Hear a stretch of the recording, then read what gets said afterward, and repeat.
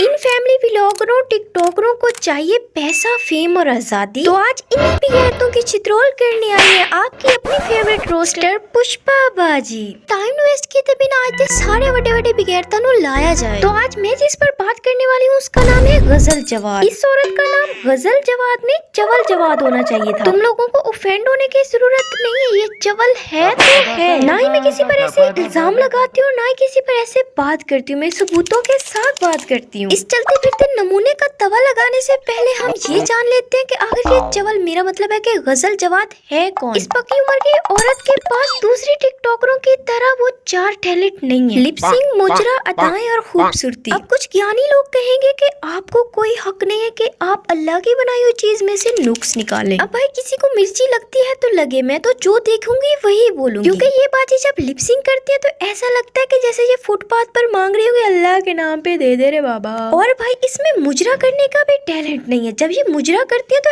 ऐसा लगता है जैसे किसी कंजर या मरासी को दौरे पड़ गए। मजाल है कि इस पक्की उम्र की औरत के ठुमकों में जरा सी भी नजाकत हो।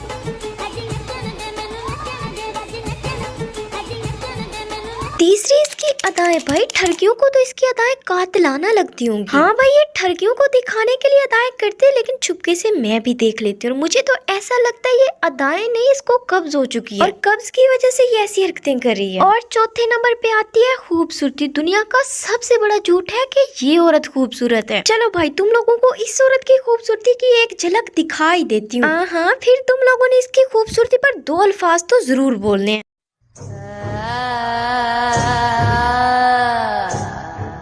ओ भाई तुम लोगों को डरने की कोई जरूरत नहीं है, तुम लोगों की अपनी फेवरेट गजल जवाद है। ये अपनी वीडियोस ठरकियों को दिखाने के लिए लगाती है, लेकिन इसकी वीडियो में बच्चों को डराने के लिए इस्तेमाल करती हूँ। सही खेल गया बहन। हाँ तो भाई हम जान रहे थे कि चवल गजल जवाद है कौन। इस औरत की अपनी खुद की कोई पहचान नहीं है। इस औरत को सब इसके भाई के नाम से जानते हैं, यानी कि रजब खच, मेरा मतलब है रजब भट्टी। उसने आज से पता नहीं कोई 2-3 साल पहले एक चैनल खोला था जिसका नाम था कंजर फैमिली। मेरा मतलब है कि रजब फैमिली है। मैं तुम लोगों को पहले ही बता दूं, ना ही मुझे वो रजब खच पसंद है, ना इसकी ये कंजर फैमिली पसंद है। इसलिए मैंने लोगों की इतनी रिक्वेस्ट करने पर भी उस बंदे को रोस्ट नहीं किया। ना ही मैं उसकी वीडियोस देखती हूँ, ना ही उस बंदे को अपने चैनल पर लाना चाहती हूँ। खैर तुम लोगों की डिमांड पर लाना पड़ा। अब हम बात कर लेते हैं कि इसके भाई के चैनल का नाम कंजर फैमिली मैंने क्यों बोला। कंजर इसलिए मैंने बोला कि ये खुद भी कंजरों की तरह नाचता है और अपनी माँ और बहन को भी नचाता है। और ये औरत अपने भाई के दोस्तों के सामने नाचती है और इसके भाई के दोस्त इस पर पैसे फेंकते हैं। यकीन नहीं आ रहा, चलो वीडियो दिखा देती हूँ।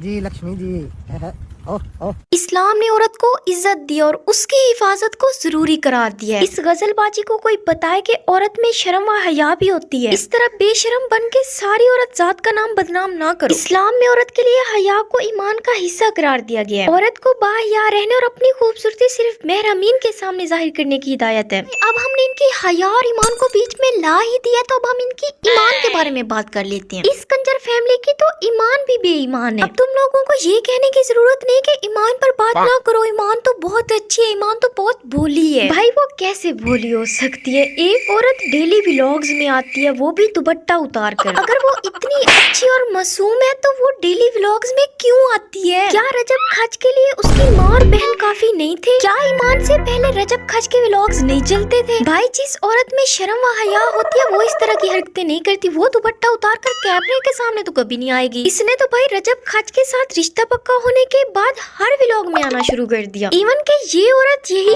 ईमान अपनी शादी पर नाच रही थी, गा रही थी। यकीन नहीं आ रहा तो ये वीडियो देख लो।